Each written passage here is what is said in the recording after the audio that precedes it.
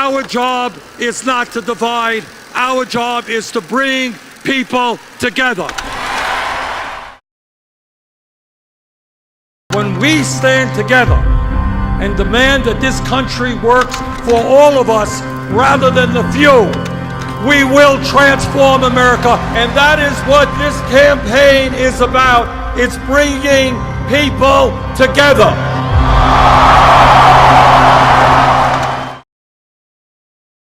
Our goal before any voting or caucusing begins is to make sure that Bernie wins early on. That's why we're asking all of our volunteers everywhere around the country to help us win early states. The Iowa caucus is February 3rd. A week later is the New Hampshire primary. The Nevada caucus and the South Carolina primary are also held in February. And we have a lot of states voting on March 3rd, also known as Super Tuesday. That means we might already have a front runner. Our goal collectively is to make sure that Bernie is in as strong of a position as possible by that pivotal point, which means we need everyone, no matter where you are, to help us win big in all of those early states that I just mentioned. It is not good enough to talk about great ideas. They're important. But nothing happens unless people look around them and say, you know what, this status quo is not working. It's not just, it's not right, it's not fair. But I want you to think about this. Think about real change in America. You might think that the biggest states with the most delegates are the most important, but actually, it's the earliest states that are the most important. Who wins early on will shape the entire race, who has momentum and who gets winnowed out.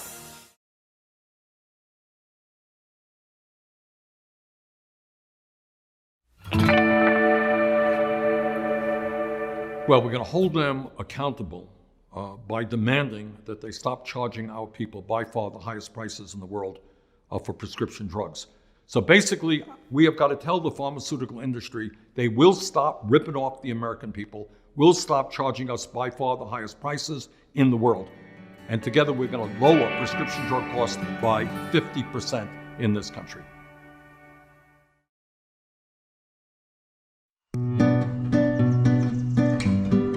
Well, it is absolutely insane right now that families have to go bankrupt in order to go into a nursing home. They have to spend down every nickel that they have made for their entire lives. It is absurd that we do not have the kind of funding to allow people to stay in their own homes. And under Medicare for All, our proposal would fully fund home health care so that people could come in and take care of people in their own homes. So we're going to end that irrationality, give people the option of staying home, and Medicare for All will pay for that. At the University of Chicago, I got involved in the civil rights movement. We ended up engaging in a sit-in demonstration. I believe that you're entitled to justice and to equal rights, whether you're black, whether you're Hispanic, whether you're gay, whether you're transgender. You are a human being.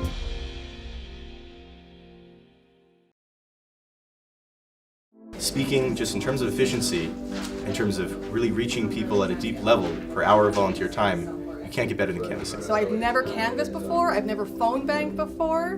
I'm totally alone, I didn't know anybody, but then I got in the caravan and here we are, and I'm just so glad to be here. So in the prep session they gave us a really comprehensive packet. It's a lot of frequently asked questions. It's positions that Bernie maintains on a number of issues. So it's really well thought out. There's a lot of literature. There are tons of volunteers around who can help you and answer questions and do role playing with you. And they do prepare you before they just turn you out into the public. And I'm ready to knock on some doors and convince other people to join us. Feel the burn. What Bernie represents is a complete change in politics in America, one that focuses on the betterment of life for working people first and foremost, one that values education, housing, healthcare as rights, one that says America is not going to dedicate itself to endless wars, but to the establishment of peace and prosperity worldwide, and that not only that's what we want to achieve, but we're going to achieve it by having a revolution of working people at the ballot box. And that is just something I want to be a part of. But I'm going to be going to Alabama. I'm going to be going to Mississippi. We're going to do everything we can to fight voter suppression, to reactivate grassroots politics in this country. The truth is, the very rich are becoming much richer. 43 million living in poverty, middle class declining. We have got to bring people together to create a government and an economy that works for all. And I'm pledged to do everything that I can to make that happen. I think many Democrats throughout this country understand that we need to rebuild the Democratic Party. We need to make it into a grassroots party, that we need to reach out to working people, to young people all over this country. There was once a time in this country, FDR, Harry Truman, where working people were clear which party was on their side, which party was prepared to take on the big money interests. Remember Roosevelt talking about taking on the economic royalists. He was proud that they hated him. That's the kind of vision we need for the Democratic Party. If the billionaire class hates me or hates other progressives, we should be proud of that.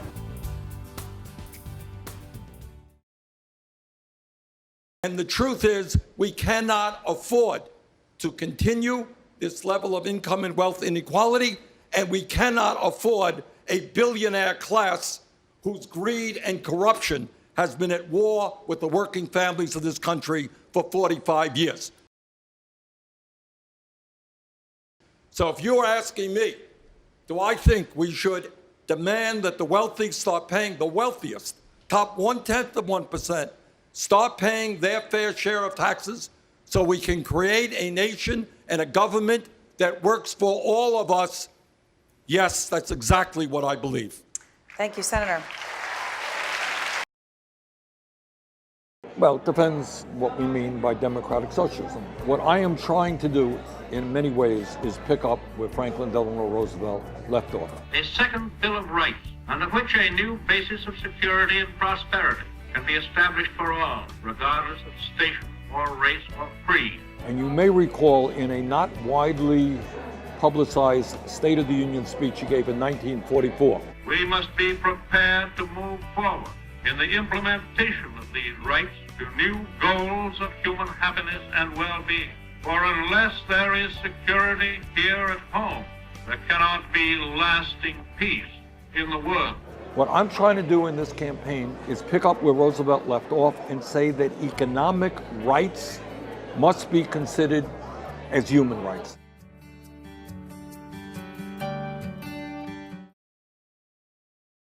And some 500,000 people a year go bankrupt as a result of medical debt. And that has got to end. Healthcare is a human right, not a privilege. We don't have to spend twice as much per person as any other major country. I think that the only way we bring about real change in this country is not within Capitol Hill. What I believe is we need a political revolution like the labor movement did in the 30s, like the women's movement, the civil rights movement, the gay movement. Millions of people have got to stand up and fight for justice. Too many Americans have seen their lives destroyed because they have criminal records as a result of marijuana use. That is wrong. That has got to change.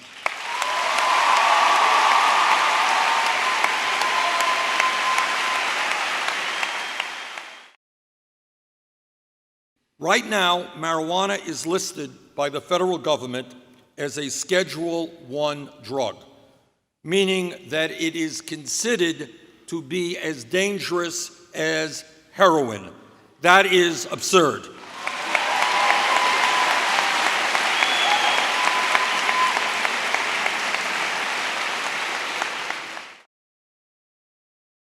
It is time for the federal government to allow states to go forward as they best choose. It is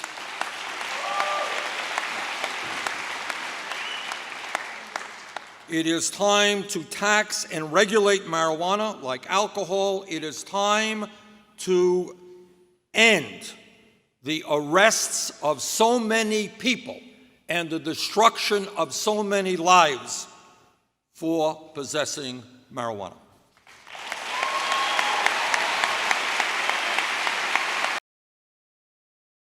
The labor movement was created when millions of workers stood up and said, you know what, you're going to treat us with dignity and respect, we're going to have collective bargaining. It wasn't somebody on the top who made that decision. The civil rights movement did not occur because somebody in the White House said, you know, maybe we'll allow African Americans in the South to vote, maybe we'll end segregation, I think it's a great idea. That's not how it happened.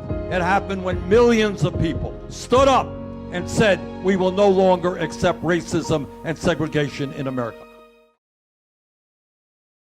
I am proud to stand with the working families of our country, prepared to take on the powerful special interest. That is what I did yesterday. That is what I did 25 years ago. That is what I'll do tomorrow.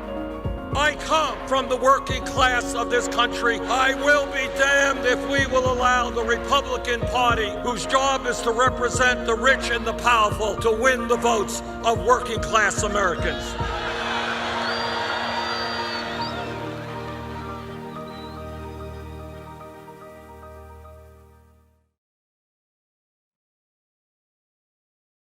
We cannot go back to the old ways. We have got to go forward with a new and progressive agenda.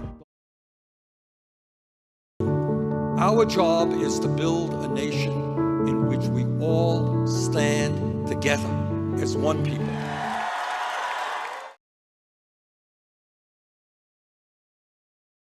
When 80 million Americans are either uninsured or underinsured, including tens of thousands of people here in the Philadelphia area, we should be moving, we must be moving forward to guarantee health care to all people as a right.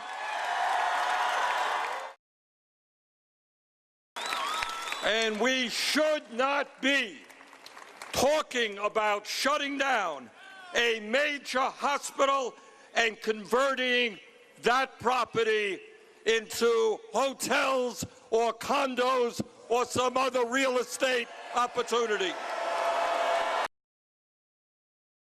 The United States must do what every other major country on earth does, and that is guarantee health care to all through a Medicare for all single-payer program.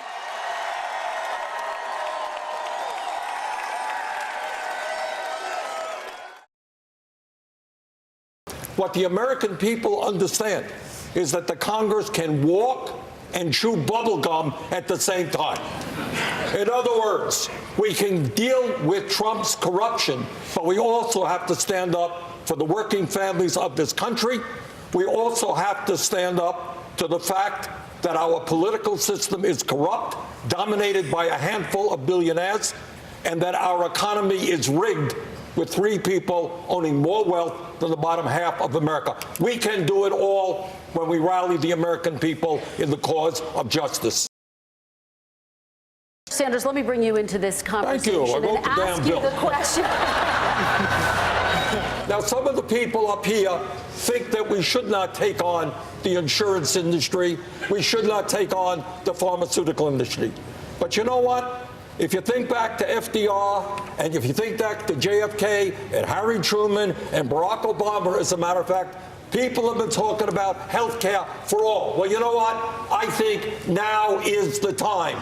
And in the first week of my administration, we will introduce Medicare for all. That means no deductibles, no co-payments, no out-of-pocket expenses. Senator, that's where we got to go.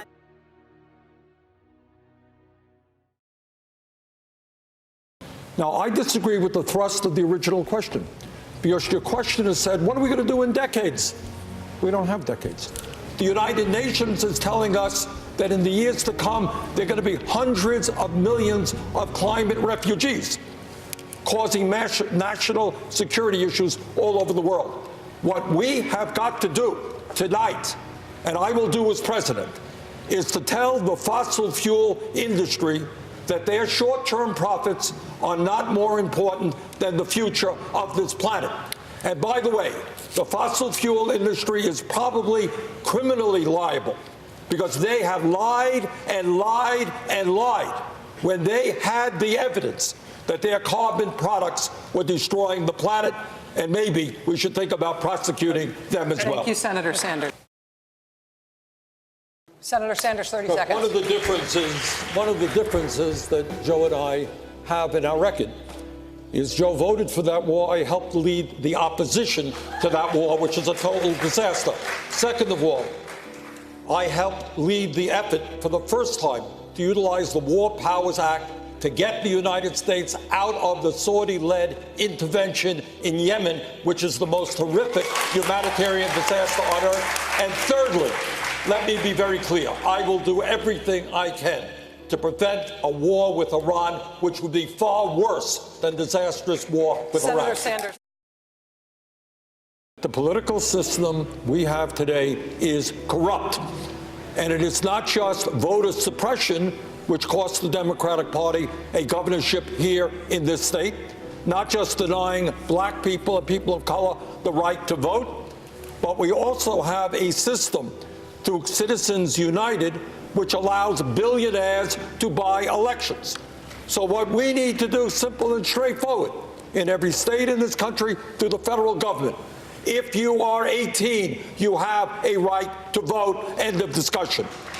We have to overturn Citizens United. We need to move toward public funding of elections. I am the son of an immigrant, young man of 17, who came to this country without a nickel in his pocket. I have some sense of the immigrant experience. I will stand with the 11 million undocumented immigrants in this country. At the age of 21, as a member of a civil rights group at the University of Chicago, I was arrested, spent a night in jail, and I have been committed to the fight against all forms of discrimination, racial discrimination, sexism, homophobia, xenophobia, and religious bigotry. I will lead an administration that will look like America, will end the divisiveness brought by Trump and bring us together.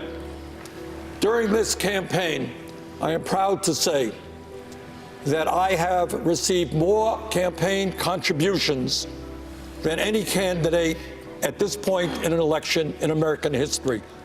Over 4 million contributions, averaging $18 apiece. If you want to be part of a movement that is not only going to beat Trump, but transform America, that doesn't have a super PAC, doesn't do fundraisers at wealthy people's homes, please join us at BernieSanders.com. Thank you. And it's interesting, 54 years ago, you were in the front lines of trying to desegregate school housing at the University of Chicago. You were even arrested. Don't tell anybody that. What was it that motivated a 20-year-old white kid from Brooklyn to do that? You know, it's hard to say what motivates anybody.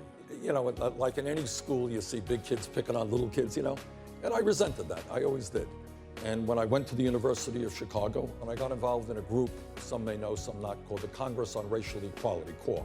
And it was a great group. We got involved in trying to desegregate housing owned by the University of Chicago, segregated housing. And we also got involved in efforts to desegregate the school system there, and I got arrested. But I think, you know, as far back as I can remember, and Anderson, I can't tell you why, but injustice is something that I have always fought throughout my life.